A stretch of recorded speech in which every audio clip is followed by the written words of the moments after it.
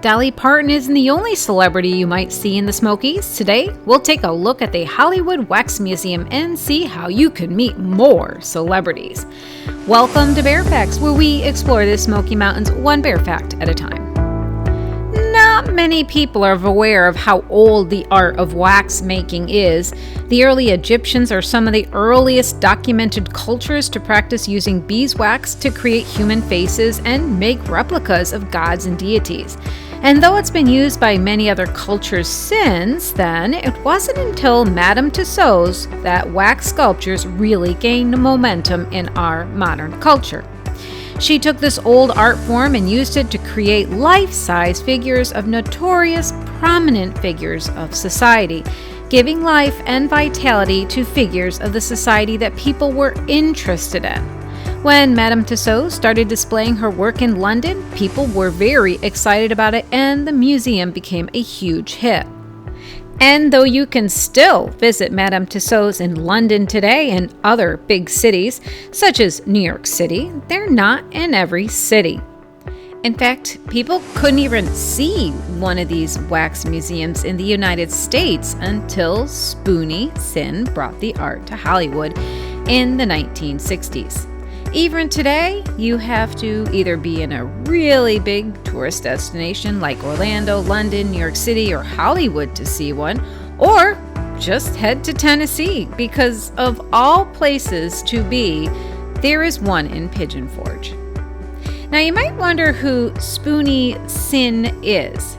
I believe I'm pronouncing that right. I actually looked on YouTube to try to say it and I still don't think I'm saying it right. Scotty was an Indian-born Canadian businessman and entrepreneur who actually started the first Hollywood museum in the U.S. Scotty started his wax empire in the 1960s during the golden age of the silver screen.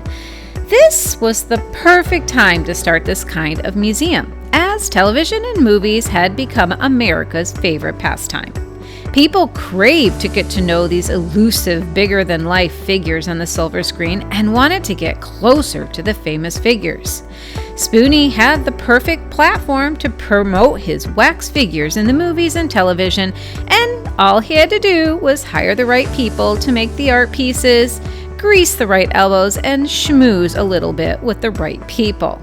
The movies did all the work for advertising and generating interest. He just had to sit back and enjoy the fame the real celebrities created. The first Hollywood Wax Museum was opened in, you guessed it, Hollywood. Now they have locations in 3 other places, including Branson, Missouri, Myrtle Beach, South Carolina, and Pigeon Forge, Tennessee. If you think about it, it's odd to see one of these here. I mean, it's the Smoky Mountains. People are coming here to enjoy nature, explore the wilderness, hike, hunt, and fish, not take selfies with celebrity wax figures. Yep, for some reason, the Smoky Mountains have gathered a lot of businesses that, quite honestly, you wouldn't expect to see in a low-populated area.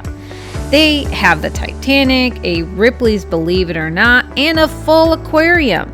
These are attractions you just don't see out of major cities. And there's a good reason for it. They're expensive to create and maintain.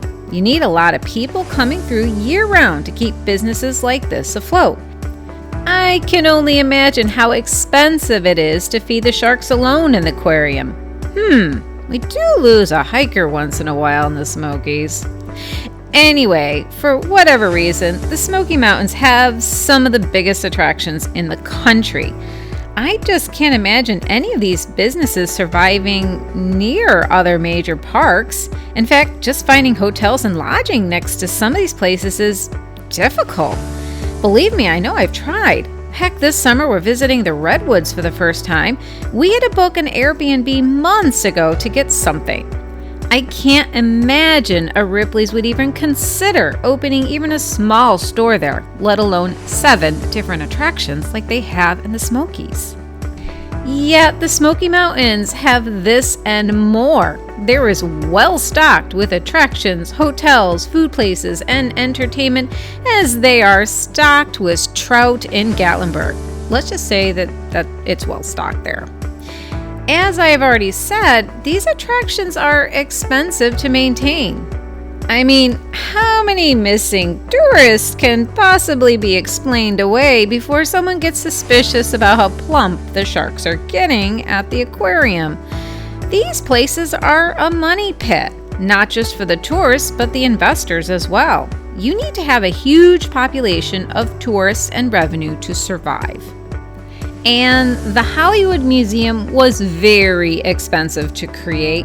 Even though they say the celebrities don't get paid or get a kickback, it's still estimated that each celebrity sculpture costs between $150,000 to $300,000 to create. It's also said that each sculpture takes up to 350 hours to make, needing to hire experts to craft each one. From what I can find, the Hollywood Museum has over 125 celebrities. If you do the math, the cost is staggering to think about. But the Hollywood Museum in Pigeon Forge does have a good influx of tourists and people willing to try the experience. Even in this crazy digital world, the wax museums are still generating interest and can afford to keep their doors open. But the cost to operating and keeping their door comes out of your pockets. So dig in deep, because it won't be cheap to take a selfie with Dolly Parton. Well, her sculpture anyway. To enjoy the experience, the average person will pay between $30 and $40 before taxes, depending on if you add things to your experience like the Addon Experiences that don't come with the cost of general admission to the museum.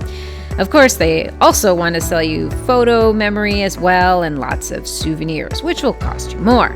They have a package that lets you do the different experiences in one price. Obviously, you can get a single attraction pass for just a single visit to the museum for $30 or more. Or you can upgrade to the All Access Pass, which includes the Mirror Maze, the Outbreak, I think it's a zombie thing, the Castle of Chaos, which is a 3D virtual experience. So you can add them as well to your final cost. Now, I have only been to the museum twice, and I can't remember much from my first visit, but I'm under the impression that they change things up sometimes. I've heard that Madame Tussauds have their celebrities move between locations on occasion, but I can't say if Hollywood does the same. I'm gonna guess that the celebrities might need new clothes or touch-ups, as guests are allowed to actually touch them, which means you might not see the same wax figures each time you visit. And a place like this can't afford to be stagnant. The world of celebrities is very fluid and they need to keep people coming in. This is just my guess on my part, since the Hollywood Museum isn't as vocal about their process as Madame Tussauds is.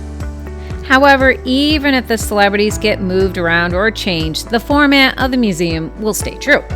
So let's get a few basic facts out of the way. First, the Hollywood Museum is on the Parkway in Pigeon Forge. They have their own parking lot and you won't be charged for parking. Yay!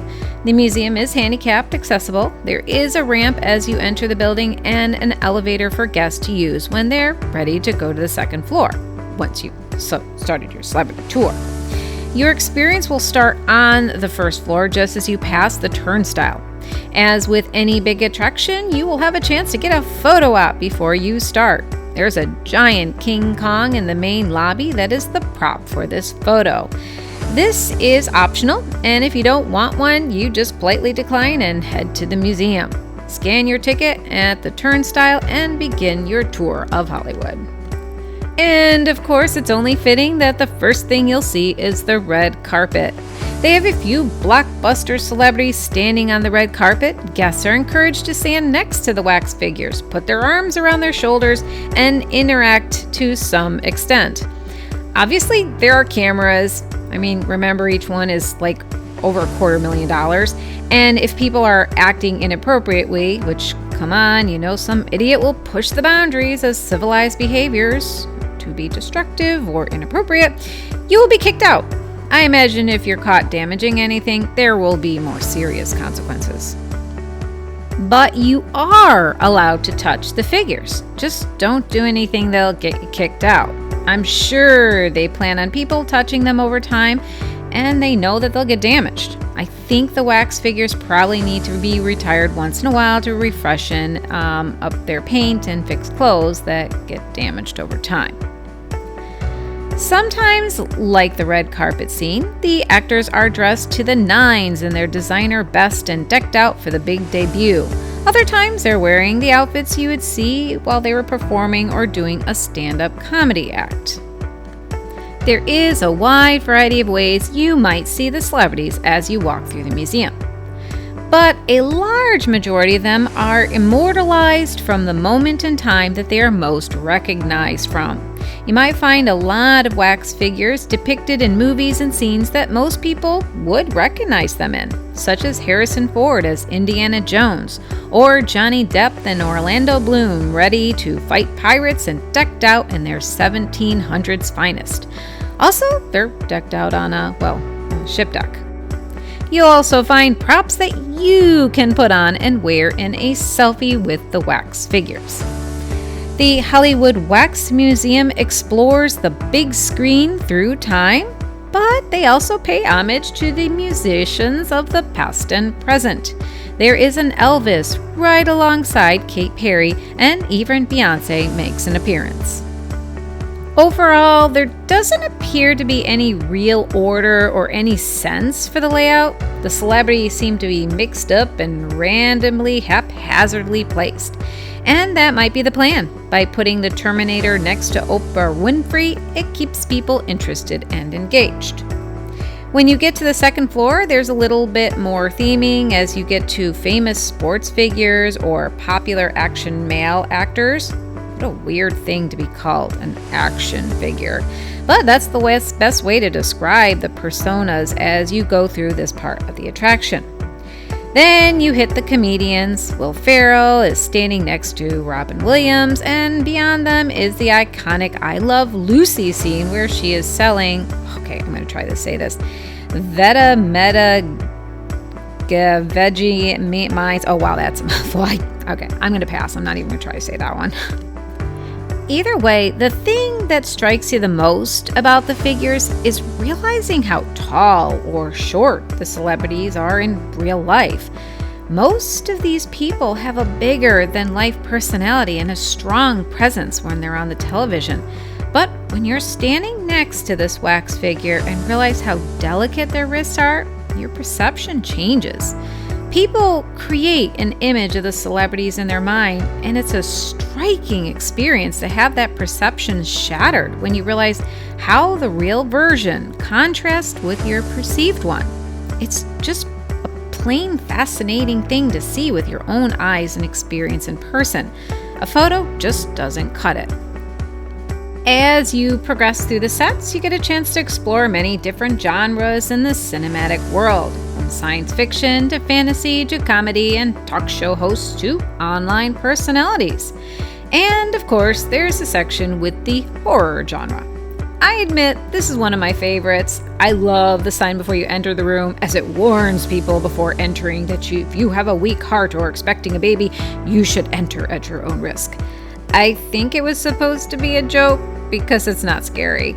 They're wax figures. No real celebrities are jumping out at you. Though I have to admit, it would be kind of cool. In this room, you get the chance to see different characters from famous horror films and movies that are known for their extreme violence, like The Predator is in here. Though the entire room is dedicated to horror movies, for the most part, the movies are older classics. Most 20-year-olds wouldn't know who the Crypt Keeper was. They might recognize Frankenstein or Dracula, but most of the movies you see are true classics. Even The Alien is now considered a classic. The movie is well over 40 years old. Hard to believe, right? Still, it's a good section of the museum to walk through. I like it anyway. The museum is really packed with a lot of different celebrities and great photo ops. But the real question is it worth your time or the cost to enter? To be honest, the Wax Museum is going to appeal more to the mature crowd. I mean, even the faces on the museum facade are actors that most kids have no idea about. Even I had to think for a minute about who they were. And how many little people would even pick up on the Mount Rushmore parody of the presidents? Not many, I'm sure. And I would say that well over 50% of the celebrities inside the museum are people that kids wouldn't know. I'm not saying that the younger kiddos wouldn't enjoy it, but they just wouldn't know who these people are. The museum is really better for the older crowd. And that's okay, because the Wax Museum is called a museum for a reason. It's a celebration of our culture and history and a look into the past. Can't hurt to teach the younger generation about the very first alien, which was created without CGI. How is that even possible? The Hollywood Museum could be considered a tourist trap to many people and way overpriced. But for some people, it's an opportunity to reminisce about the past, remember a simpler time, or create new memories with their family. And the best part about the Hollywood Museum is that you actually get off the couch to do it. If the weather is less than agreeable, you might want to do something indoors, and it might be worth the cost and time to do this museum. If you've never been to a wax museum, it also might be worth just doing for the sake of trying it once. But if you've been to a wax museum before and weren't overly impressed with the experience then, you might want to pass on this one. Hate to say it, but once you've done one, they're all about the same. I hope this video helps you plan your visit to the Smoky Mountains. You're getting an honest review from our personal experiences, but facts and things change, so please let us know if you learned anything new and want to share your experiences in the comments. Thanks again for visiting us at Bear Facts of the Smoky Mountains. Please click that like button and subscribe to our channel.